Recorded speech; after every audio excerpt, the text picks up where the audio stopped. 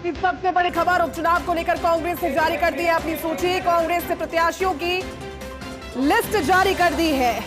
7 सीटों पर कांग्रेस ने अपने प्रत्याशियों की लिस्ट जारी कर दी है और झुंझुनू से ओला परिवार को टिकट जाना लगभग तय माना जा रहा था और हुआ भी वैसा ही। विधायक से सांसद बने बृजेंद्र ओला के बेटे अमित ओला टिकट दावेदारों में सबसे ऊपर और उनके नाम पर मुहर लग गई है। और कुछ देर पहले फर्स्ट इंडिया ने जानकारी आपको दी थी कि अमित ओला कल अपना नामांकन दाखिल करेंगे। रामगढ़ से आर्यन जुबेर खान के बेटे, दौसा से दीनदयाल बैरवा, दियोली उनियारा से कस्तूर चंद मीणा, खिवसर से रतन चौधरी, सलुम्बर से रेशमा मीणा और 84 विधानसभा सीट से महेश रोत को टिकट दिया गया है। बड़ी खबर आपको बता रहे हैं, झुंझुनू विधानसभा सीट से अमित ओला के नाम पर मुहर लग गई है।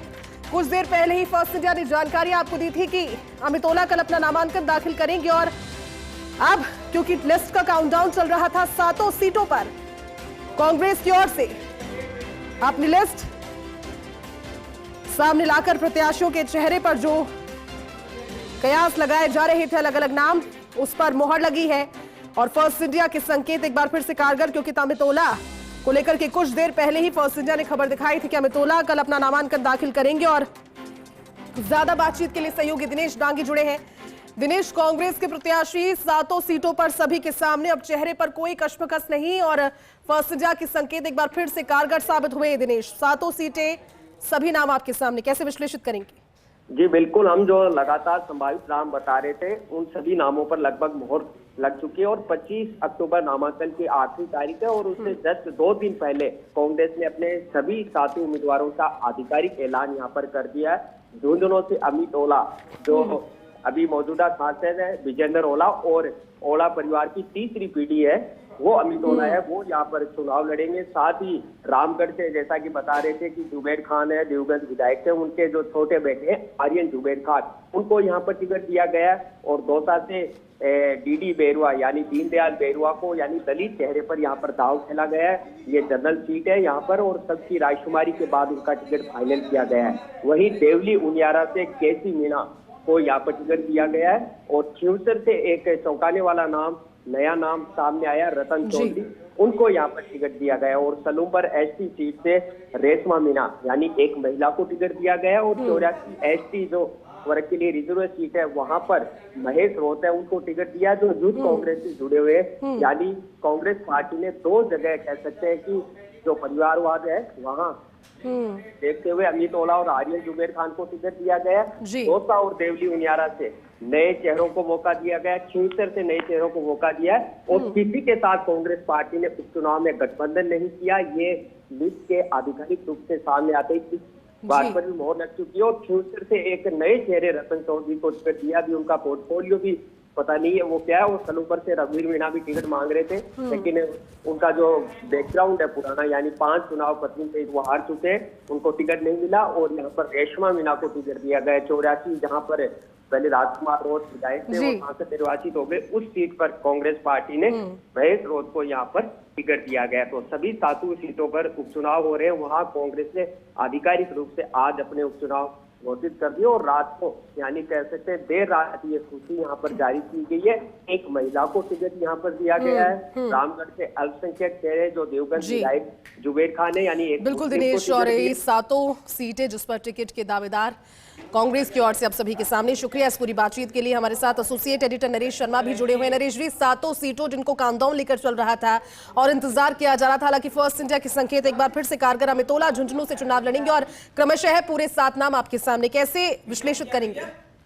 देखिए, सबसे महत्वपूर्ण तो यह है कि जो 7 नाम हैं, इन नामों के बारे में 3 दिन पहले फर्स्ट इंडिया ने जानकारी दी थी और बताया था कि इनको टिकट मिलने जा रही है।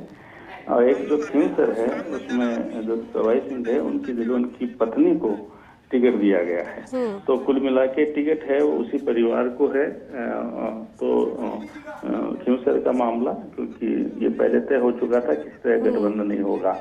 इसमें जो महत्वपूर्ण बातें हैं कि जो 3 सीटें हैं, दौसा है, देवली उनियारा है और झुंझुनू, इनमें जो सांसद बने हैं कांग्रेस के, उन्हीं की चॉइस से विधायकों के टिकट दिए गए हैं विधानसभा उपचुनाव के लिए।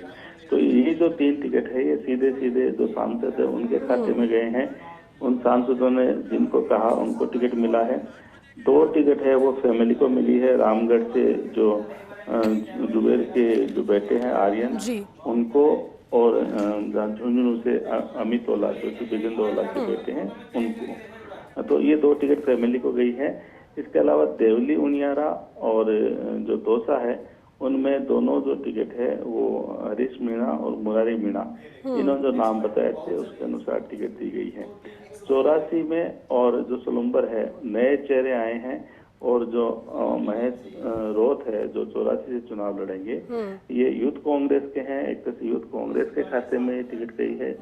अशोक चांदना ने पैरवी की थी, यूथ कांग्रेस के नेताओं ने पैरवी की थी। इसके अलावा यूनिवर्सिटी जो छात्र राजनीति है उसमें सक्रिय रहे हैं। और 2 दिन पहले ही जब गोविंद सिंह डोटासरा से इन्होंने मुलाकात की थी पीसीसी वॉर रूम में और अपना पूरा परिचय दिया, बायोडाटा दिया था और बताया था कि किस तरह यूथ कांग्रेस में काम किया है। तो भले ही जो सह प्रभारी है यानी नेताओं की जो अलग अलग फीडबैक थे उसके बाद भी गोविंद सिंह डोटासरा ने अशोक चांदना के भी फीडबैक के आधार पे ये यूथ कांग्रेस के खाते में महेश रोथ को टिकट दिया है। सलुम्बुर का जो टिकट है सबसे महत्वपूर्ण है, जो हमने कल भी कहा था कि बड़े पशुपेश में थी कांग्रेस की, क्या रघुवीर मीणा को टिकट दिया जाए या रेशमा मीणा को टिकट दिया जाए। रघुवीर मीणा के साथ नेगेटिव पॉइंट ये थे कि वो और उनकी पत्नी पिछले 5 चुनाव हार चुके हैं, 3 विधानसभा के और 2 लोकसभा के। ऐसे में उनकी टिकट काफी मुश्किल आ गई थी। रेशमा मीणा जो पहले बागी हुई थी और रघुवीर मीणा के खिलाफ भी खड़ी हुई थी, जिस कारण से रघुवीर मीणा 2018 का तो चुनाव है वो हारे थे। लेकिन अब रेशमा मीणा की चूंकि वापसी हो चुकी है और यहाँ पे जो टिकट है वो उनको गया है। तो जो लगातार हम बात कर रहे हैं यहाँ पे जिस तरह से उम्मीदवार यहाँ पे उतारा गया है, तो 2 इसमें जो टिकट है वो महिला के खाते गई है, खीमसर की और सलुम्बर की। और बाकी जो 5 जगह है वहाँ पे जो अमित ओला है, बिजेंद्र ओला के बेटे हैं और जो जुबेर के बेटे हैं आर्यन उनको टिकट दी गई है। तो कांग्रेस की ये कोशिश रही है कि जो मजबूत उम्मीदवार है उतारे, लेकिन काफी जो कसमकस रही थी क्योंकि और भी जो दावेदार थे उनके नाम सामने आ रहे थे। दौसा को लेके काफी मंथन हुआ था, देवली उनियारा को लेके काफी मंथन हुआ था कि दोनों नए चेहरे हैं। और यहाँ पे जो दौसा का चुनाव इसलिए महत्वपूर्ण है कि मंत्री किरोड़ी मीणा के जो भाई है जगमोहन वो भाजपा से उम्मीदवार है। तो ऐसे में यहाँ पे अब जो टिकट दी गई है वो दलित चेहरा उतारने की कोशिश की गई है।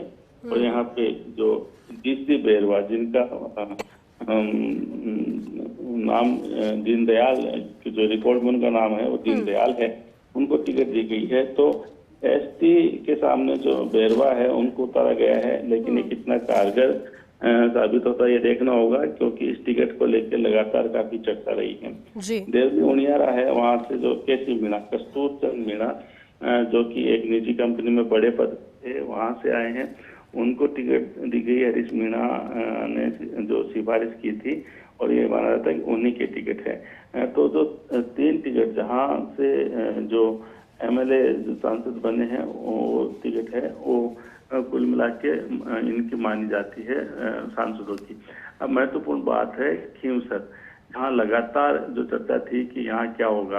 अंतिम समय तक कोशिश की गई थी हनुमान बेनीवाल के द्वारा कि दिल्ली से बात करके गठबंधन किया जाए और कांग्रेस जो है यहाँ उम्मीदवार खड़ा ना करे। लेकिन प्रदेश कांग्रेस ने और उनके चीफ गोविंद सिंह डोटासरा ने पहले ही तय कर लिया था कि इस बार कोई गठबंधन नहीं होगा। जो इंडिया गठबंधन था वो दिल्ली के चुनाव के लिए था, ये विधानसभा के चुनाव है, कांग्रेस का अपना मजबूत संगठन है।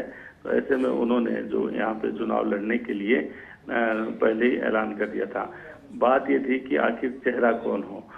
तो यहाँ पे जिस तरह से सवाई सिंह की बात लगातार चल रही थी, लेकिन फिर ये डिसाइड हुआ कि उनके परिवार से टिकट दी जाए, तो अब रतन चौधरी को उम्मीदवार बनाया गया है। तो यहाँ पे भी जो एक त्रिकोणीय मुकाबला देखने को मिलेगा। सलुम्बुर 84 है, वहाँ जो है त्रिकोणीय मुकाबला देखने को मिलेगा, क्योंकि वहाँ पे कांग्रेस और भाजपा के अलावा बाप पार्टी खड़ी है और खींवसर में कांग्रेस और भाजपा के अलावा आरएलपी का उम्मीदवार है वो मैदान में होगा। लेकिन झुंझुनू की अगर हम बात करें तो वहाँ पे कांग्रेस और भाजपा ने अपने उम्मीदवार खड़े कर दिए हैं, लेकिन वहाँ पे पूर्व मंत्री जो है राजेंद्र गुडा वो भी नामांकन दाखिल करने जा रहे हैं, तो वो मुकाबले को त्रिकोणीय बनाने की पूरी कोशिश करेंगे। और वहाँ पे जो अल्पसंख्यकों का जो मामला है वो भी अपने आप में काफी महत्वपूर्ण होगा, क्योंकि अल्पसंख्यक लगातार अपने लिए टिकट मांग रहे थे, तो उनकी मांग नहीं मानी गई। एक बार फिर ओला परिवार को टिकट मिली है, तो जो पहले यहाँ से श्रीराम ओला है वो चुनाव लड़ते थे, फिर विजेंद्र ओला कई बार चुनाव लड़े, पहले हारे फिर जीते, मंत्री बने। राजवाला जो है उनको टिकट मिली, अमित ओला है अब उनको टिकट मिली। तो एक तरह से झुंझुनू की जो राजनीति है कांग्रेस में ओला परिवार के इर्द गिर्द रही है, उन्हीं के परिवार से चुनाव लड़ जाते हैं। इसका विरोध वहाँ के अल्पसंख्यकों ने किया था और यहाँ की जो प्रभारी है सुखजिंदर रंधावा उनसे भी मुलाकात की थी, लेकिन उनकी जो बात है वो नहीं मानी गई। अब देखना ही होगा कि जब भाजपा और कांग्रेस के उम्मीदवार तय हो गए हैं और पूर्व मंत्री राजेंद्र गुडा भी यहाँ पे ताल ठोकने की तैयारी कर रहे हैं, तो क्या मुकाबला त्रिकोणीय होगा क्या। अब जो दौसा है, दौसा का जो मुकाबला है काफी रोचक होगा और मुरारी मीणा की साख है वो सबसे ज्यादा दांव पे लगी हुई है, क्योंकि उनके कहने पे टिकट दिया जा रहा है। लेकिन यहाँ पे भी इस बात की चर्चा है कि कोई एक और उम्मीदवार जो है वो खड़ा हो सकता है। इसी दिल्ली उनियारा में भी कोई निर्दलीय जो मीणा उम्मीदवार है वो खड़ा हो सकता है। तो अगर खड़े होते हैं मजबूती से तो फिर वो त्रिकोणीय बनाने की कोशिश करेंगे। जहाँ तक रामगढ़ की बात है तो रामगढ़ में सीधा मुकाबला होगा भाजपा और कांग्रेस के बीच में। वहाँ फिलहाल कोई त्रिकोणीय स्थिति नहीं है। पहले जय आहूजा की बात चल रही थी, लेकिन वो मान गए हैं, भाजपा के पक्ष में वो माने हैं, तो वहाँ पे आमने सामने का मुकाबला होगा। बड़ी बात यह कि अब तक की अगर हम चर्चा करें तो इस बार उपचुनाव के लिए जो टिकट वितरण में भारतीय जनता पार्टी ने बाजी मारी। उन्होंने पहले जो उम्मीदवार घोषित किए, उसके बाद प्रचार भी शुरू हुआ। कल मुख्यमंत्री भजनलाल शर्मा भी कई जगह नामांकन रैलियों में शामिल हो रहे हैं। लेकिन कांग्रेस अब जबकि 24 तारीख आज हो चुकी है, अगर हम बात करें भले ही देर रात है लेकिन तारीख बदल चुकी है, तो अब 24 तारीख और 25 तारीख 2 दिन बाकी है। तो ऐसे में हमें लगता है कि कोई बड़ी सभा तो इन नामांकन में नजर नहीं आती। तो ऐसे में जो उम्मीदवार है वो अपने नामांकन दाखिल करेंगे और उसके बाद कांग्रेस है वो चुनावी रणनीति बनाएगी, प्रचारी जो रणनीति बनाएगी। बिल्कुल नरेश जी, आप ठीक कह रहे हैं और उसको लेकर के जिस चीज का इंतजार था कांग्रेस ने अपने पत्ते खोले। हालांकि दावेदार कई सारे और ऐसे में बगावत से बचने के लिए हो सकता है कि काफी मंथन किया हो, लेकिन फाइनली सभी 7 नाम कांग्रेस की ओर से सामने। शुक्रिया आपका नरेश जी इस पूरी बातचीत के लिए।